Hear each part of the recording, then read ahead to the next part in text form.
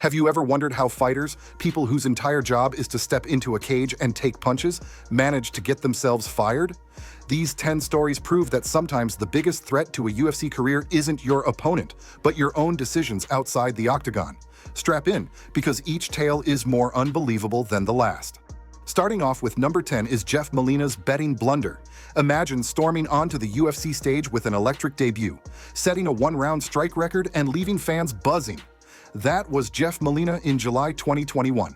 But behind the scenes, he was training under James Krause, head coach at Glory MMA, who was quietly running an illegal betting ring. By November 2022, the Nevada State Athletic Commission had flagged suspicious wagers on Krause's fighters, wagers that included inside information on injuries and fight strategies. Though Molina insisted he never placed a bet himself, the UFC's code of conduct draws no distinction. If you're connected to someone breaking rules, you break rules by association. On January 5, 2023, he woke up to an unexpected tweet from the promotion: Jeff Molina has been removed from the roster. His 3-year suspension began retroactively that same November, meaning the popular young striker won't be eligible to fight again until November 5, 2025. A promising career frozen, not for poor performance, but for being in the wrong locker room at the wrong time. But that scandal was just the curtain raiser. Number 9 is Diego Sanchez and the Guru extortion. Diego, the Nightmare Sanchez, isn't just any fighter. He's one of the very first champions born on The Ultimate Fighter, a man who carried the UFC through its darkest days. After 16 years and memorable wars against the likes of Clay Guida and Nick Diaz, you'd expect a hero's farewell. Instead, his exit came via coach Joshua Fabia, whose behavior veered from eccentric to downright predatory. Fabia demanded access to every piece of Sanchez's medical history, purportedly to assess the long-term effects of MMA. He even tried to extort a $100,000 freedom fee, as revealed in Vice's Dark Side of the Cage series. UFC President Dana White didn't need more proof.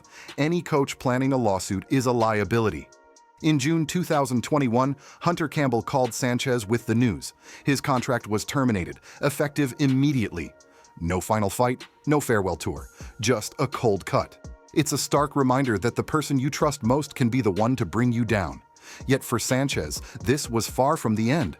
For number 8, we have Matt Riddle's marijuana mishap. Smoke 'em if you got 'em might work on college campuses, but not in the UFC.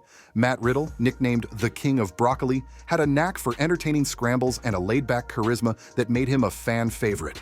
But in 2013, Riddle's love for marijuana clashed with the strict drug testing policies of athletic commissions. Even though his weed use was doctor-prescribed, he skipped multiple tests, failed to report prescriptions, and refused to curb his habit before fights. Despite public outcry, Joe Rogan and other fighters argued cannabis never hurt anyone. The UFC drew a hard line. Dana White called Riddle unprofessional and, after 3 failed tests in 1 year, cut him from the roster.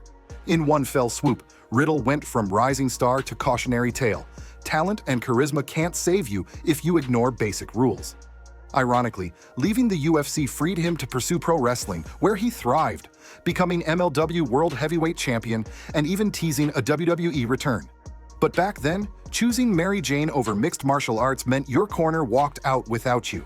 Number 7 goes to Dennis Hallman in Speedos. Picture this. You're at a formal post-fight press conference expecting a standard walkout in fight shorts and gloves. Instead, out comes Dennis Hallman in bright orange Speedos. It started as a bet with teammates, a goofy dare to lighten the tension. Hallman delivered, strutting out like a gladiator at the Roman baths. The crowd roared, the internet exploded, and for a moment he was UFC's viral sensation. But that one laugh became 3 when he missed weight repeatedly over the next year, turning his fight weeks into logistical nightmares. The UFC gave him warnings, then fines, and finally a roster spot inquiry. By late 2019, after yet another weight miss, Dana White quietly let him go. Today, Hallman jokes he should have charged for that Speedo show, because in the real world, professionalism beats pranks every time. Next is number 6, Caleb Street's cage cowardice. When you don't show up as a fighter, you might as well be invisible. Caleb Saint learned this lesson the hard way in June 2006 against veteran Nate Quarry. Instead of engaging, Saint circled, backed away, and ran from the first bell to the last, 15 minutes of cardio with 0 offense. Fans pelted him with booze and beer cans. Quarry mocked him by doing the running man. Dana White, watching from the wings, was unimpressed. "If you're not going to fight, you don't belong here," he told Saint in the post-fight dressing room. By the next week, Caleb was off the roster. It wasn't a single mistake, but an entire performance of refusal that sealed his fate. In a sport built on courage under fire, running away is the ultimate betrayal of the fighter's code. Moving on to number 5, Muhammad Makov's backstage brawl. Most fighters save their fury for the octagon. Muhammad Makov took it to the hallway of his hotel in early 2022, 4 weeks before his debut. After a verbal spat with a teammate-turned-training partner, Makov feigned a casual pass, then sucker punched the guy in the jaw. Security swarmed, the victim was bloodied, and Makov vanished into the hotel's service elevators. The UFC brass saw the footage and saw red, unsanctioned violence that risked legal liabilities and brand damage. Contracts were immediate and unceremonious. No debut, no cheers, no comeback. Makov went from promising prospect to cautionary footnote, proof that impulse control matters as much as punching power. Next, we have number 4. Jesse Taylor's two-shot disaster. Redemption was Jesse Taylor's middle name. He stormed through the Ultimate Fighter house in 2008, only to be dismissed hours before the finale for smashing up a Vegas hotel room. UFC said, "You're done," and Taylor dropped off the radar. 9 years later, after grinding regional circuits, he fought his way onto TUF Redemption and won. Suddenly, the door to the UFC reopened, but glory was fleeting. Shortly after his triumphant finale in July 2017, random drug tests caught steroids in his system. Instantly, the UFC pulled the rug out again. All that work, all that patience, evaporated in an instant because he chose the shortcut of banned substances. In MMA, second chances are rare, and breaking the rules makes them even rarer. In the top 3, we have submission refusal frenzy. Tapping in MMA is sacred. As soon as a fighter taps, you release or risk catastrophic injury. Yet 2 veterans, pal Black Diamond Harris and Babalu the Brazilian Beast Pereira, ignored that code. Harris held a leg lock on Dean Barry long after the tap, sending a message that once a dude has a limb locked, no tap can save you. Pereira, wrestling legend of the early 2000s, choked David Heath unconscious despite Heath's frantic taps. The crowd's boos echoed like thunder, and Dana White's next tweet said it all. Both men were cut, effective immediately. In the UFC, respect for the tap is respect for the sport, and if you can't honor it, you're gone. Now we gave the second place to attacking officials and bell blitzing. The octagon is hallowed ground. Cross the line and referees, judges, and timing bells are non-negotiable. Jason High, upset over a stoppage, shoved referee Steve Mazzagatti in 2012. Dana called it disgusting, and High was released on the spot. Hector Lombard, in 2014, decided the buzzer was just background noise and landed 2 extra shots on CB Dollaway, knocking him out illegally. The result? A DQ loss, a shaken commission, and no second chances. Then there's Paul Daly. After a hard-fought win over Josh Koscheck in 2010, he clocked Koscheck post-bell. Dana's response? "We can't have that. You're done."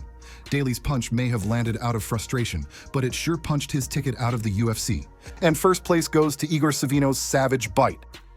If Mike Tyson taught us anything, it's that biting is beyond the pale. Yet in April 2024, Igor Savino surprised everyone by chomping down on Andre Lemur's bicep mid-fight. No hesitation, no remorse. The referee stopped the fight instantly, and the Nevada Commission slapped Savino with a 9-month suspension. The UFC, they parted ways immediately. Savino maintained he blacked out after a head kick, but the promotion saw it as an unforgivable breach of sportsmanship. One act of primal aggression and a career ended, showing that even in the most brutal sport on earth, there are limits you just can't cross. The conclusion from all of this is that from gambling scandals and cult-like coaches to hotel brawls and outlandish Speedo walkouts, these 10 fighters share one critical lesson. Talent and toughness can be erased by poor choices. The UFC will tolerate cutthroats, but not crosses of its code. So if you're dreaming of glory under the bright lights, remember, keep your hands clean, respect the tap, honor the bell, and leave the biting to movie monsters. Which of these wild exits shocked you the most? Drop a comment, hit like if you learned something new, and subscribe, because next time we'll expose even more unbelievable tales from MMA's fringe. Until then, stay sharp, stay respectful, and keep your feet on the mat, not off in hotel hallways or in someone else's betting pool.